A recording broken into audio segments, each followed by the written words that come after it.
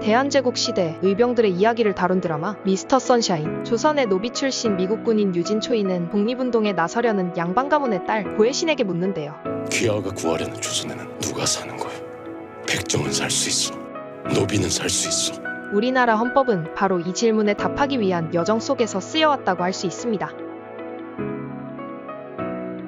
헌법 전문을 보면 3.1운동으로 건립된 대한민국 임시정부의 법통을 계승한다고 명시되어 있습니다. 임시정부는 일제강점기 독립운동을 주도하고 독립국가 수립을 추구하는 정부였어요. 나라 잃은 국민의 정부였으니 당시의 헌법은 당장 실현할 수 있는 것은 아니었고 앞으로 찾아올 독립된 국가가 추구해야 할 가치를 담았지요. 다시 말해 우리나라 헌법은 독립운동가들의 염원과 의지를 그 뿌리로 한다고 볼 수 있습니다. 자주적인 근대국가의 법을 만들고자 한 시도는 나라를 빼앗기기 이전부터 있었습니다. 1884년 개화파들은 갑신정변을 일으키고 초보적인 신분제 개혁과 토지개혁, 수탈 금지와 같은 서구적인 근대개혁안을 발표했습니다. 비록 쿠데타라는 한계로 인해 3.1천하로 끝났지만요. 1894년 동학농민군은 봉건제도와 외세 침략에 반대하며 이른바 패전개혁안을 마련하고 집강소라는 자치기구를 만들어 이 개혁안을 직접 실행에 옮기기도 합니다. 이 개혁안은 오늘날 헌법의 최고 이념인 인간의 존엄성과 만민평등 사상을 담고 있다고 평가받습니다. 이렇게 빗발치는 요구의 고종은 홍범 14조와 같은 개혁안을 만들기도 했지만 나중에는 오히려 전제왕권을 강화하는 법을 만들어 근대개혁의 열망을 꺾고 말았는데요. 하지만 일제 침략의 그림자가 짙어지자 사람들은 독립협회를 중심으로 만민공동회를 열고 최초로 권리보장과 권력통제의 정신을 담은 헌의 6조를 발표하기도 했습니다.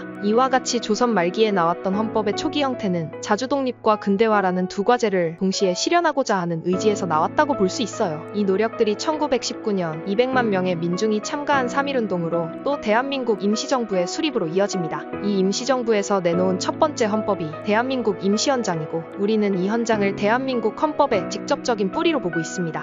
이 헌장은 민주공화제 정치체제 그리고 국민의 자유와 권리를 명시하고 있어요. 일제 패망이 가까워진 1941년에 임시정부는 독립을 준비하며 건국강령이라는 걸 내놓는데 여기에는 놀랍게도 지방자치제, 국민발언권과 국민소환권, 국가기관 산업의 공공성과 농민의 권리와 같이 오늘의 기준으로 봐도 선진적인 내용이 들어있었습니다. 하지만 해방 이후의 전쟁과 분단, 산업화와 군사독재라는 격동의 세월을 거치며 우리 헌법도 수많은 우여곡절을 겪었는데요. 87년 6월항쟁 당시 가장 큰 요구가 직선제 개헌이었다는 점은 민주화는 헌법 개정으로만 그 결실을 맺을 수 있다는 사람들의 생각을 보여줍니다. 이렇게 만들어진 지금의 제6공화국 헌법은 분명히 진전된 것이긴 하지만 광장에 모인 사람들의 열망을 다 담아내진 못했어요. 시위는 시민들이 했지만 개헌안은 정치인 8명에 의해 만들어졌거든요. 그나마 이 헌법도 어느덧 개정된 지 36년이 지났고 강사는 3번은 더 바뀌었습니다. 이제 유통기한이 더 지나기 전에 개헌해야 한다는 요구가 많아요.